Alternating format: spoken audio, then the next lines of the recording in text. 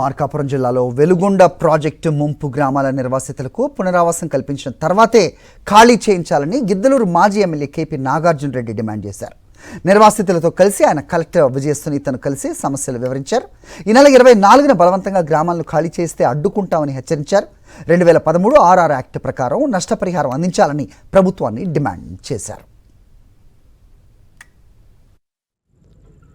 రేపు సోమవారం కల్లా ఇల్లు ఖాళీ చేయండి, పొలం ఖాళీ చేయండి, ఊరు వదిలి వెళ్ళిపోండి అనేది ప్రతిరోజు అధికారులు వచ్చి చెప్పడం జరుగుతూ ఉంది. ఇది సరైంది కాదు.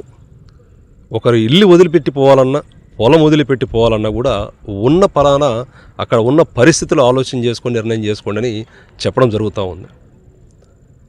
అక్కడ దాదాపు పొలం చేసేవాళ్ళు 2 నెలలు 2.5 నెల పొలం వేస్తున్నారు. వారికి కనీసం 5-6 నెలలు అయితే కానీ పంట చేతికి వచ్చి ₹1 చేతికి వస్తుంది. లేదు అంటే వాళ్ళు పెట్టుబడి పెట్టిన 5 లక్షలు కానీ 6 లక్షలు కానీ 10 లక్షలు కానీ పెట్టుబడి పెట్టిన మొత్తం నష్టమయ్యి వారి ఇబ్బందులు మనుషులు చెప్పలేని పరిస్థితి.